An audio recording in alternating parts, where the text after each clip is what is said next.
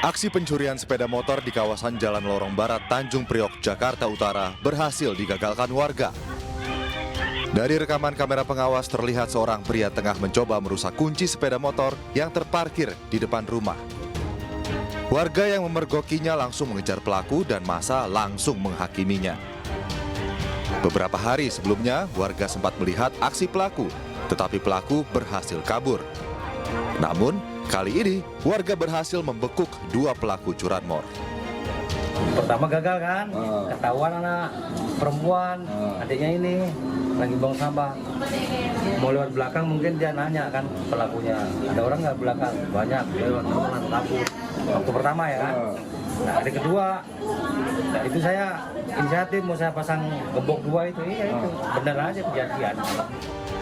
Selain kedua pelaku, korban mengalami luka-luka di bagian kaki saat mengejar pencuri. Selanjutnya, kedua pelaku dibawa ke kantor polisi sektor Tanjung Priok untuk ditindaklanjuti. Dari Jakarta, Rizky Falufi, iNews melaporkan.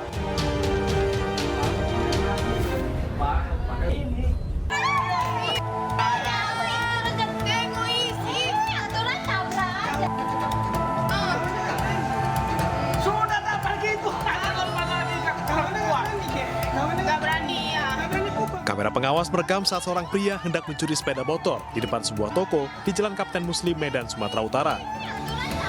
Namun aksi tersebut diketahui seorang tukang pompa air yang langsung berusaha menggagalkannya. Sempat bergumul, tukang pompa air berhasil menghalangi pelaku dan mempertahankan motor milik temannya tersebut. Namun sayangnya, warga berusaha mengejar gagal menangkap pelaku.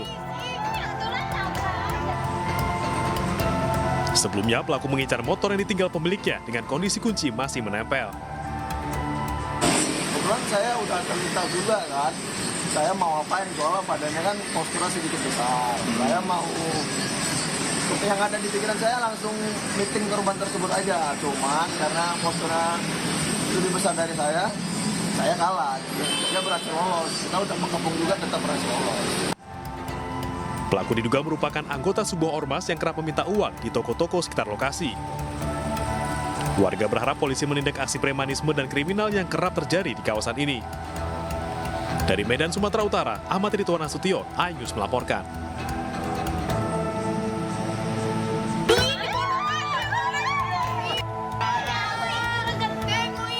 Dua pabrik produksi helm dan mebel di Kalideres, Jakarta hangus terbakar. Diduga kobaran api berasal dari korsleting listrik di dalam pabrik produksi helm saat para karyawannya tengah bekerja.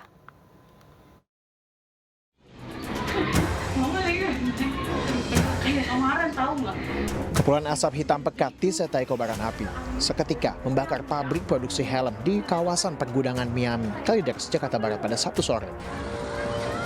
Hembusan angin kencang dan banyaknya bahan yang mudah terbakar membuat api dengan cepat membesar hingga pabrik produksi mebel yang bersebelahan turut terbakar. Petugas damkar yang tiba di lokasi bergegas berjibaku melakukan pemadaman api. Diduga api berasal dari korsleting listrik di dalam pabrik produksi helm saat para karyawan tengah bekerja. Pada saat kejadian di sebelah lagi ada aktivitas nggak sih? Ya sih 24 jam dia ada semua sip-sipan soalnya dia itu. Yang kebakar apa ya, bagian mana awal muncul? Di gudang sebelah terus melari ke belakang ke gudang mebel ini. Gudang mebel kena juga? Iya. Nah gudang mebel bagian apa yang kena nih? Bagian belakang, mes sama ini semua habis. 17 unit mobil pemadam kebakaran diterjunkan ke lokasi. 2 jam kemudian kobaran api dapat dipadamkan. Tidak ada korban jiwa dalam kebakaran dua pabrik ini, namun kerugian ditaksir mencapai miliaran rupiah. Dari Jakarta, Miftahul Gani, iNews melaporkan.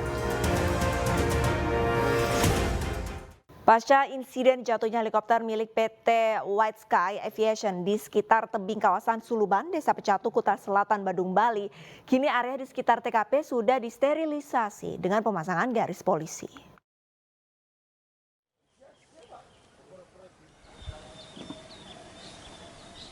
Pasca insiden jatuhnya helikopter milik PT White Sky Aviation di sekitar tebing kawasan Suluban, Desa Pecatu, Kuta Selatan, Badung, Bali, kini area di sekitar TKP sudah disterilisasi dengan pemasangan garis polisi.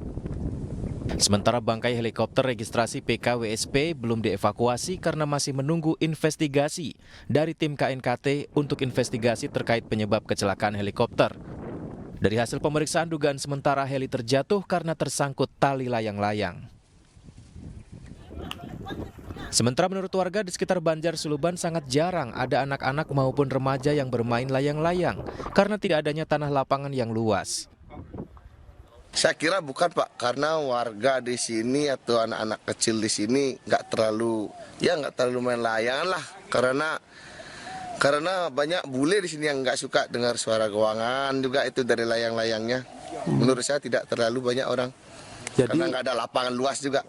Ya. Jadi kemungkinan tali layangan itu bukan dari sini ya? Kayaknya saya nggak tahu juga ya. Kalau di sini berarti ini ya, anak-anak sini, anak muda sih jarang naikkan layangan? Jarang anak-anak muda di area Uluwatu sini, banyak yang kerja udah sekarang. Sebelum mengalami kecelakaan, helikopter PKWSP tipe Bell 505 sempat terbang rendah dari arah timur, sebelum akhirnya jatuh di antara dua tebing batu kapur. Suara dentuman keras juga sempat terdengar oleh warga saat helikopter jatuh di area tebing kapur. Dalam insiden ini, pilot dan keempat penumpang selamat. Selanjutnya seluruh korban dibawa menuju rumah sakit terdekat menggunakan ambulans untuk mendapat penanganan medis lebih lanjut. Dari Badung, Bali, tim liputan iNews melaporkan. Akibat ikuti petunjuk Google Maps serta tidak kuat menanjak, truk bermuatan kopi terguling di ruas jalur alternatif Dagogiri, Desa Mekarwangi, Kecamatan Lembang, Kabupaten Bandung Barat pada Jumat sore. Badan truk melintang menutupi jalan mengakibatkan lalu lintas menjadi lumpuh. Tidak ada korban dalam kejadian ini.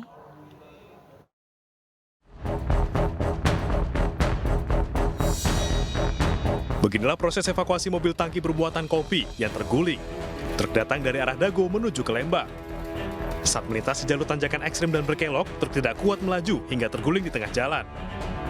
Menurut polisi, kecelakaan terjadi karena sopir tidak bisa mengendalikan kendaraan dan baru pertama kali melintasi jalur tersebut. Sopir truk tidak mengetahui medan jalan karena mengikuti arahan Google Maps.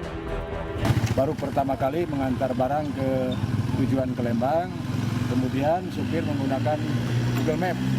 Dari situ supir tidak mengetahui jalan di Lembang, akhirnya yang diikuti sesuai dengan arahan Google Maps sehingga jalan yang tidak layak untuk dilalui oleh kendaraan berat melintas ke lokasi ini.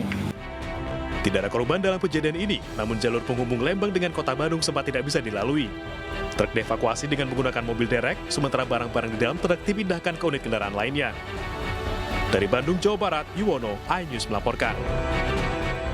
Pemirsa, satu mobil kabur usai mengisi bensin jenis Pertamax di stasiun pengisian bahan bakar umum kawasan Pasar Rebo, Jakarta Timur. Petugas SPBU yang hendak mencegah pelaku kabur akhirnya terseret hingga 70 meter dan terluka.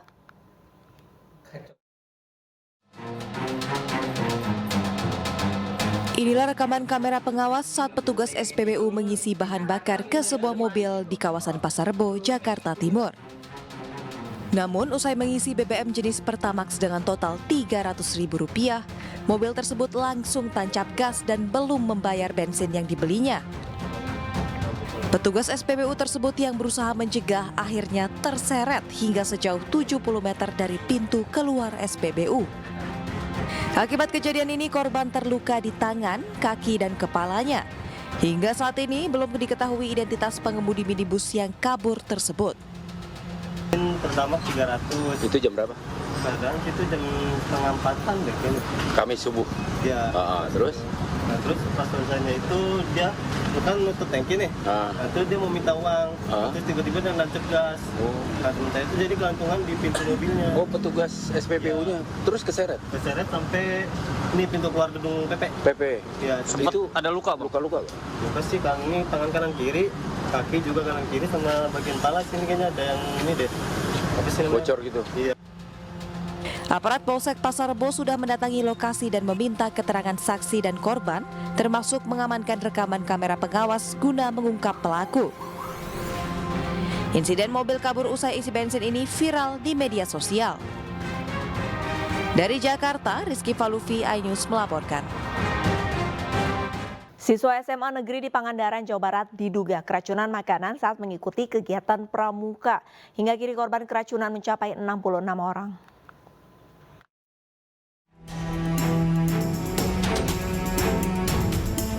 Puluhan siswa-siswi baru negeri 1 Mangunjaya Kabupaten Pangandaran, Jawa Barat mengalami keracunan masak. Peristiwa tersebut menimpa para siswa yang tengah mengikuti kegiatan pramuka selama 2 hari di sekolah.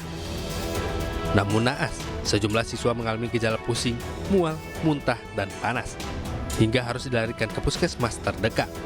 Diduga puluhan siswa tersebut keracunan makanan dari nasi kotak yang disediakan pihak sekolah, dan kini jumlahnya terus bertambah hingga 66 orang. Dari jumlah 66 siswa-siswi tersebut dirawat di beberapa tempat, di antaranya Puskesmas Mangunjaya, Puskesmas Padaherang, klinik, dan di ruangan kelas. Bupati Pangandaran C.C. Wiradinata bersama Dandim 0625 Pangandaran pun datang menjenguk para korban. Pasien-pasien yang menjalani perawatan sudah terkendali, insya Allah. Jadi sudah dapat terapi cairan, sudah dapat obat-obatan, sementara yang keluarga-keluarganya sudah diberikan. Itu kenapa, Dok?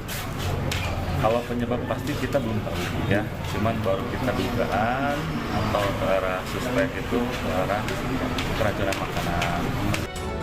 Saat ini pasien-pasien yang menjalani perawatan sudah terkendali. Untuk penyebab pasti pihaknya belum tahu, tapi baru dugaan keracunan makanan.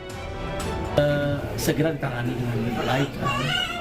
Dan mereka tadi membutuhkan beberapa obat yang tidak ada dan kita juga disiapkan dalam waktu untuk yang 3 hari. Jadi ada satu yang dirujuk ke Pandega kayak yang barusan ya. Saya sudah Pandega sudah masuk sana dan saya juga minta dokter anak untuk turun ke sini untuk melihat kondisinya.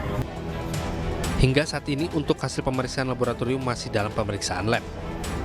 Dari Pangandaran, Jawa Barat, Irfan Ramdiansah, iNews melaporkan.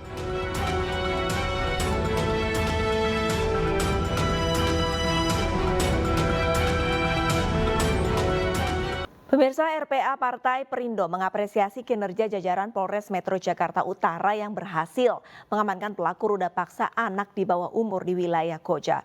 RPA Partai Perindo akan memperjuangkan restitusi untuk korban.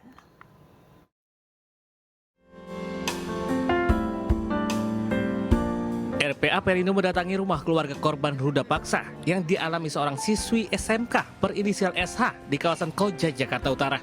Kedatangan RPA Perindo untuk memberitahu keluarga korban jika pelaku berinisial K sudah berhasil diamankan oleh jajaran Polres Metro Jakarta Utara pada Kamis 11 Juli 2024. Dan kami berterima kasih memberikan apresiasi kepada Polres Jakarta Utara yang dengan cepat telah menangkap pelaku daripada kekerasan seksual anak di bawah umur.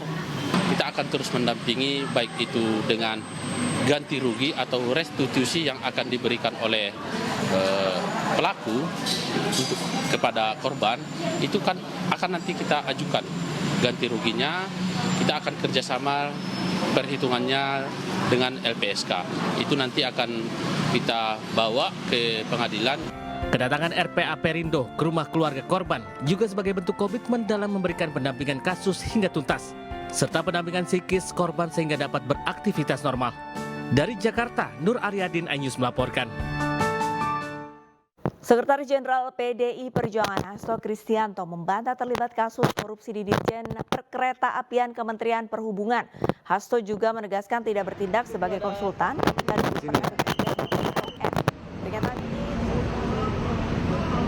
kami juga sedang membangun kerjasama politik sehingga kota kosong itu tidak akan terjadi untuk Provinsi Jawa Timur dan Sumatera Utara. Karena ini juga menjaga. Ada gulanya, nggak ada gelasnya. Itu juga ada sampul. Oh, di sini ya.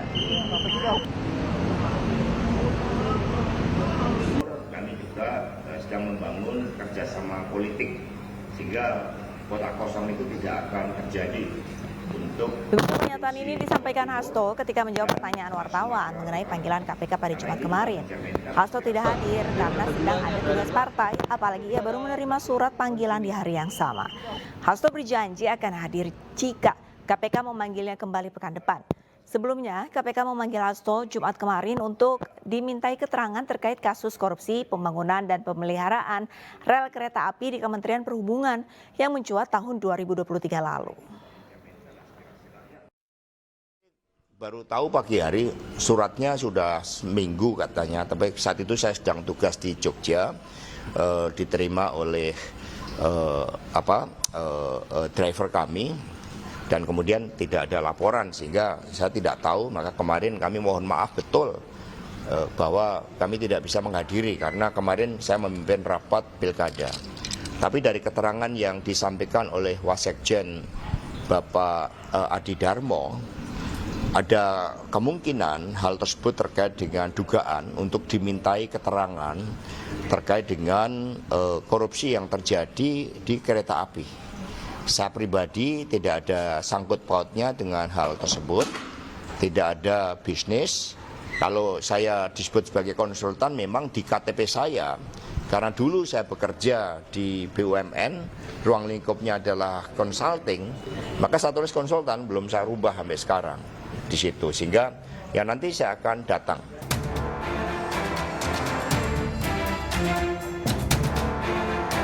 Wakil Presiden terpilih Gibran Raka Buming Raka buka suara terkait dengan rencana pemangkasan anggaran makan siang gratis dari Rp15.000 menjadi Rp7.500 per porsi. Gibran meminta publik menunggu kepastian itu. Belum ada kepastian untuk pengurangan itu ya. Artinya selama ini uji cobanya di 15.000 ya. Tunggu aja nanti kepastiannya ya. evaluasi dari uji coba 15.000 ini gimana Mas? Saat ini jalan lancar ya, dan kita melibatkan banyak ahli gizi.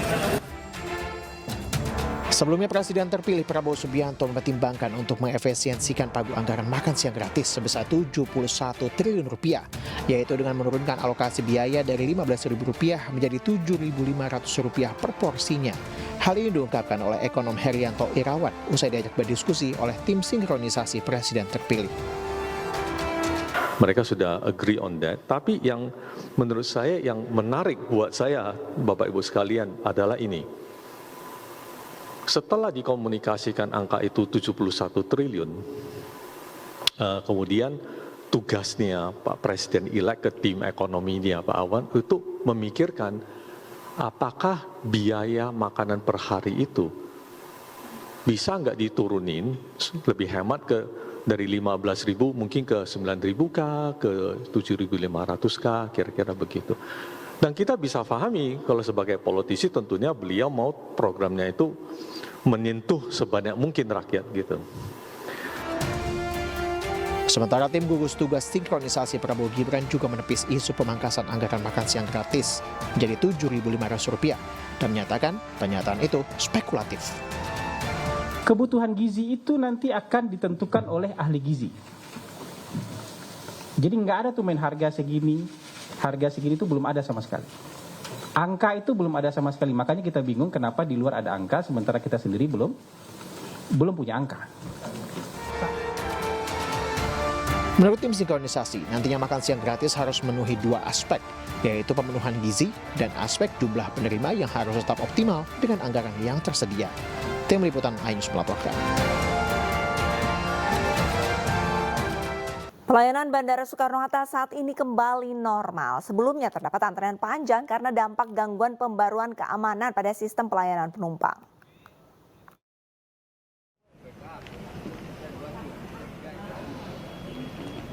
Setelah sempat terdampak Microsoft Down sejak Jumat kemarin, yang mengakibatkan antrian panjang di counter check-in penumpang dan bagasi di Terminal 3 keberangkatan.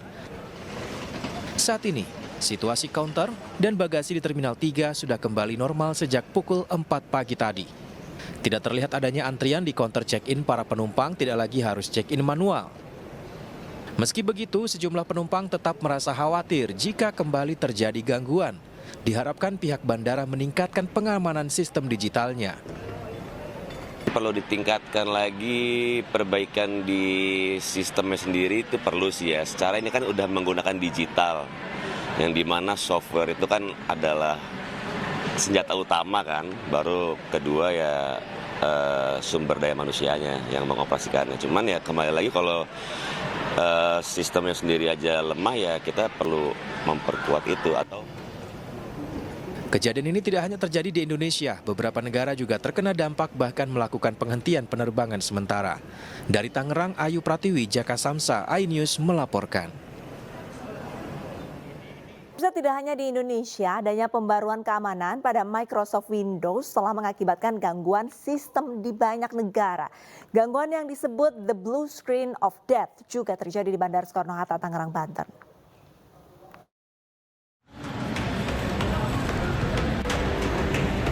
Sejumlah maskapai terpaksa melakukan pelayanan check-in secara manual untuk melayani penumpang di Terminal 3 Bandara Soekarno-Hatta.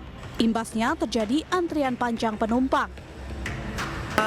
Sebetulnya jujur baru tahu infonya itu di bandara ini karena melihat antrian juga panjang banget. Jadi kayaknya mungkin memang karena ada gangguan juga kurang paham detailnya seperti apa. Tapi sudah dapat informasi dari maskapai? Belum. Kalau terkait gangguan Microsoft itu tidak ada info. Yang diinfokan hanya delay-nya bahwa ada keterlambatan penerbangan diundur 20 menit. Sementara itu, PT Angkasa Pura II memastikan sistem teknologi dan informasi milik PT Angkasa Pura II di 20 bandara berjalan normal. Adapun gangguan sistem IT saat ini hanya dialami beberapa maskapai. Bahwa sistem IT milik PT Angkasa Pura II di 20 bandara saat ini berjalan dengan normal serta berfungsi dengan baik dalam melayani operasional penerbangan dan melayani penumpang pesawat. Adapun gangguan sistem IT sebagaimana yang tengah terjadi di sejumlah negara saat ini dialami sistem IT milik beberapa maskapai. Sejalan dengan gangguan sistem IT ini yang dialami beberapa maskapai, AP2 bersama maskapai terkait menjalankan sejumlah penyesuaian dalam memproses keberangkatan penumpang pesawat. Antara lain, proses check-in penumpang pesawat dilakukan dengan manual oleh personil maskapai, khusus bagi maskapai yang mengalami gangguan sistem IT. Sejumlah laporan menyebutkan gangguan disebabkan pembaruan perangkat lunak Microsoft. Komputer yang menggunakan sistem operasi Windows 10 dilaporkan mengalami crash dan menampilkan blue screen of death setelah pembaruan untuk produk keamanan yang disediakan oleh perusahaan CrowdStrike. Blue screen of death mengacu pada layar biru kematian yang umum digunakan untuk menggambarkan kerusakan sistem pada sistem operasi Windows milik Microsoft. Microsoft mengklaim mereka mengambil tindakan mitigasi sebagai respon terhadap masalah layanan. Dari Tangerang, Banten, Hasnugara, iNews melaporkan. Sejumlah wilayah di Indonesia mengalami fenomena penurunan suhu yang cukup signifikan, bukan tanpa sebab. Badan Meteorologi, Klimatologi, dan Geofisika menyatakan fenomena ini merupakan kejadian tahunan dan terjadi antara Juli sampai September 2024.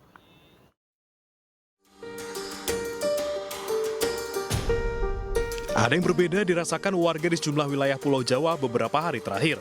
Memasuki musim kemarau, suhu di kawasan selatan Indonesia seperti Pulau Jawa dan sekitarnya bersuhu sekitar 17 hingga 20 derajat Celcius. Hal ini ternyata bukanlah fenomena anomali, melainkan kejadian tahunan yang terjadi karena terdapat angin dominan dari arah timur membawa massa udara kering dan dingin dari daratan Australia ke Indonesia.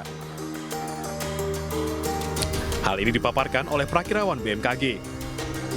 Ada beberapa wilayah di selatan itu kan cukup tinggi ya topografinya, terutama daerah-daerah seperti wilayah Jawa Tengah bagian selatan mungkin, atau wilayah Jogja gitu ya, yang cenderung lebih tinggi, atau di daerah-daerah pegunungan lainnya di wilayah Jawa, di mana topografinya lebih tinggi, di mana kalau topografi yang tinggi itu, daerah-daerah pegunungan itu biasanya tekanan udaranya lebih tinggi dan biasanya juga suhunya juga lebih dingin. Jadi pada saat sudah tidak ada pemanasan yang cukup gitu ya, pertumbuhan awan hujannya jadi minim gitu ya, dan tekanan udaranya juga di wilayah-wilayah tersebut cukup tinggi gitu ya, jadi makanya lebih potensial untuk terjadinya namanya proses penurunan suhu yang istilahnya cukup drastis gitu. Jadi dari pagi hingga siang itu mungkin suhu udaranya masih di batas-batas normal gitu ya, namun pada sore hingga malam hari terjadi penurunan suhu yang cukup drastis, sehingga pada malam hingga dini hari dia mencapai suhu yang bisa dikatakan cukup dingin. Dengan adanya perubahan suhu di tengah musim panas, BMKG mengimbau masyarakat di wilayah yang mengalami penurunan suhu memperhatikan kondisi tubuh. Khusus para petani diimbau mengantisipasi ladangnya yang terpengaruh oleh cuaca dingin.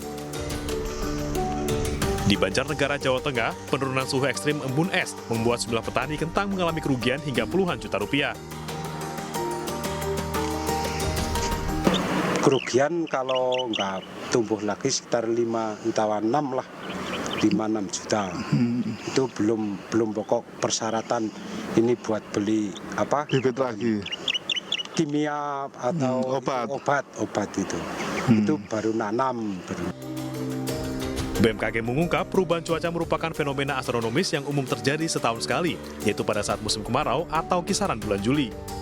Wilayah yang mengalami penurunan suhu hingga 17 derajat Celcius adalah wilayah yang berada di bagian selatan Indonesia, yaitu sekitar Pulau Jawa, Bali, Nusa Tenggara, serta Sumatera bagian selatan dan Kalimantan Selatan. Sementara wilayah yang telah masuk dalam musim panas atau kemarau diimbau waspada akan terjadinya kekeringan. Tim Liputan iNews melaporkan.